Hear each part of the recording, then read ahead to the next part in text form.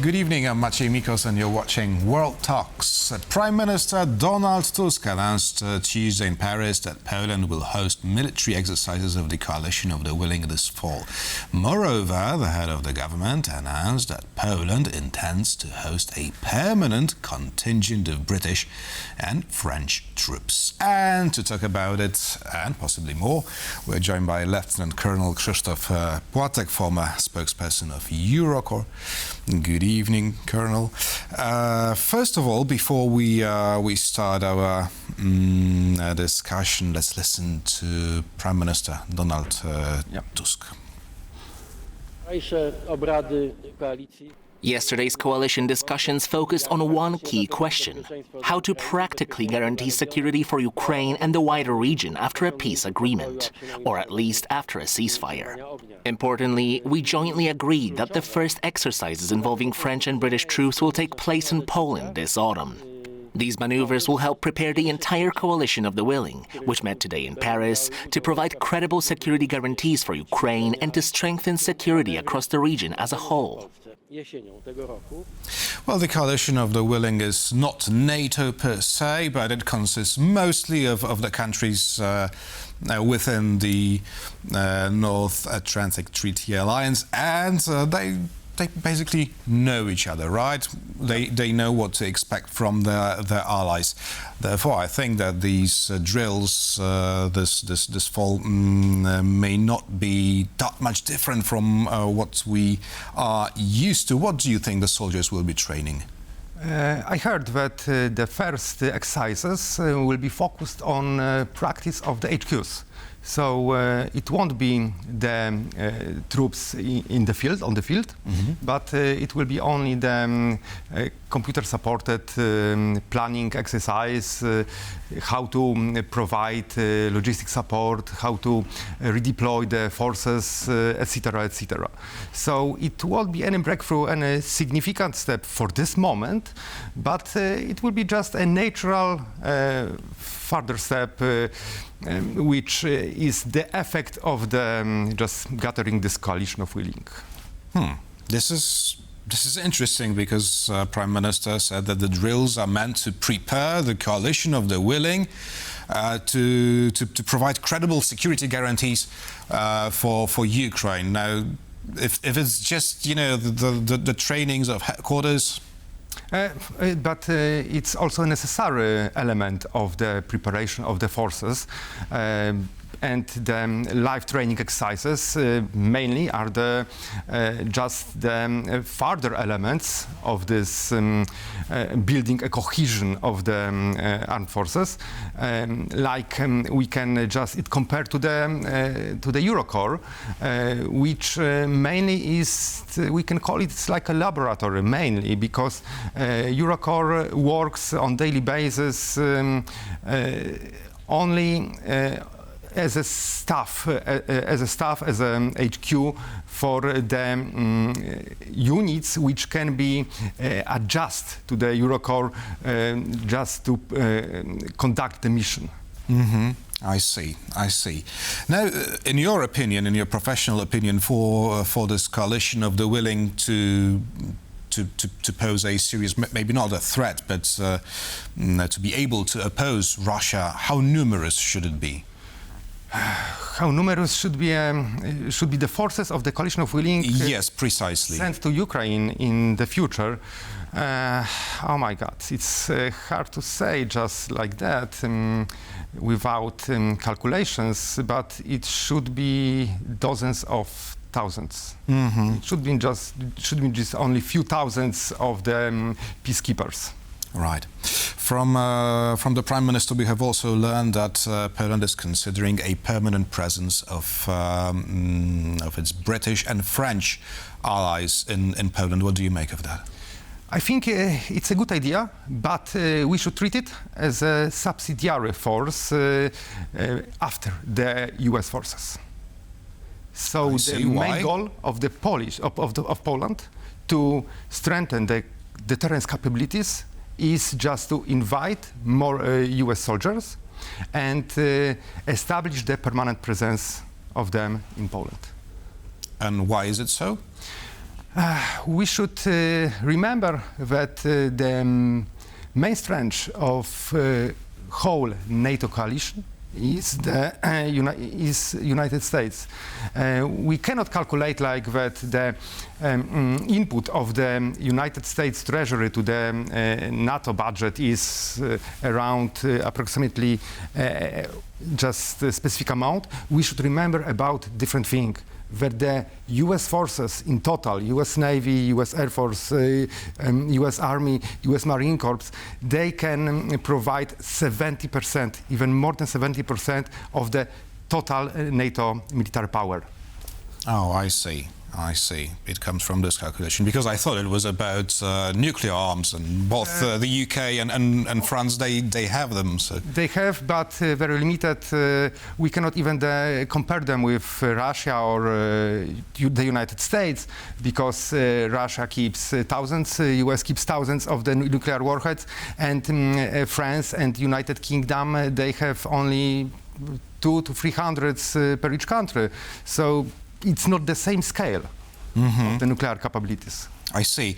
And I'm also wondering, what would be the role of these British and French soldiers stationed in Poland? Are they meant to be part of the coalition of the willing, sort of a backstage, right, here in Poland? Or are they meant to protect Poland's borders? What would be the mission here?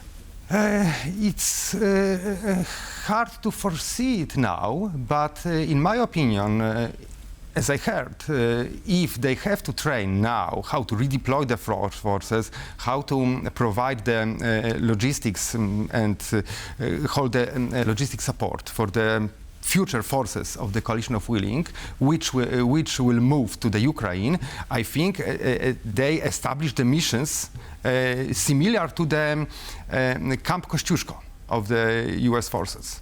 So, command element. Right, I see. Now, don't you think that there is a threat that the US will be unwilling to permanently deploy their soldiers to Poland if they learn that the French and British are already doing so? Because we get the signals from the Trump administration. Europe, you should do it with your own hands, right? I don't think so that they are going to resign if they hear about this, if they see this. But I think everything will rely on the bilateral relations between them and Poland. So they still need Poland as their how to call this, the place in Europe, the spot in Europe where can keep their bases in the purpose, just like we've seen it in Iran, to move via Poland to Middle East. So also to secure the border with Russia, because Poland already has border with Krakowiecki Oblast. So their presence here is also in their interest. Oh, I see. Now, what do you think is the status of these negotiations between Warsaw and Washington when it comes to the permanent base of US soldiers in Poland? Hard to say. I can only answer in progress.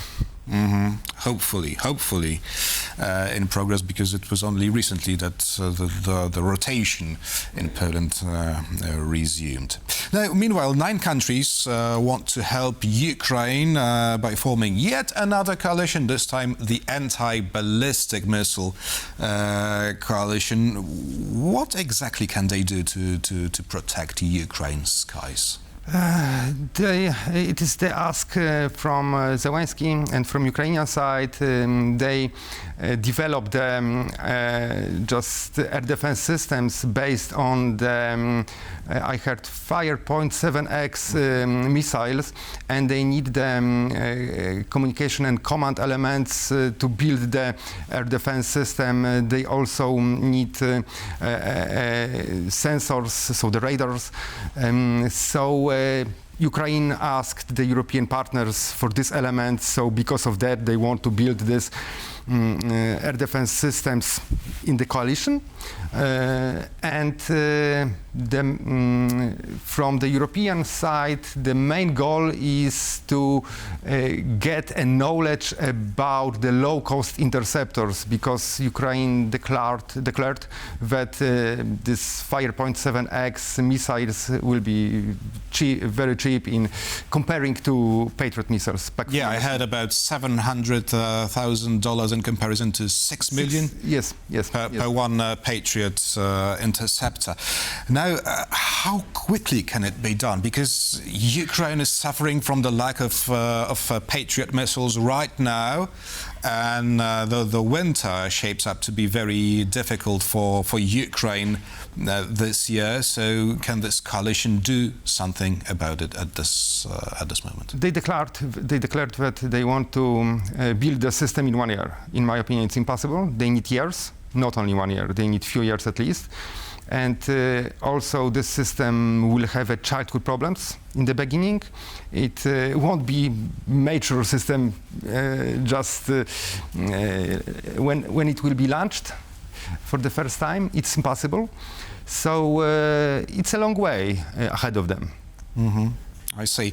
Now, what do you make of yet another alliance? So the EU wants. The EU has announced a defense deal with Ukraine, and the deal envisages that Ukraine may be stockpiling its missiles and drones on EU's territory, and in exchange for that, it will share some of its know-how and technology when it comes to drone and missile production. I don't believe that Ukraine has any so sophisticated technology and knowledge.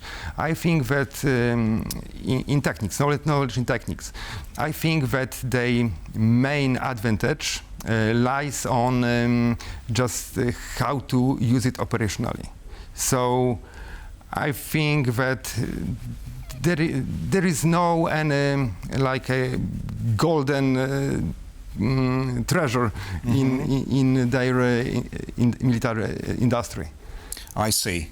So lastly, there's one more question. Now, whilst in Paris, Donald Tusk said also that he asked the NATO Secretary General, if I'm not mistaken, about the prospects for the war in Ukraine to end soon, and he heard that it is very unlikely. Now, Ukraine keeps putting pressure on the Kremlin, attacking Russia's energy facilities. Now, what more can Ukrainians do to bring the war closer to an end?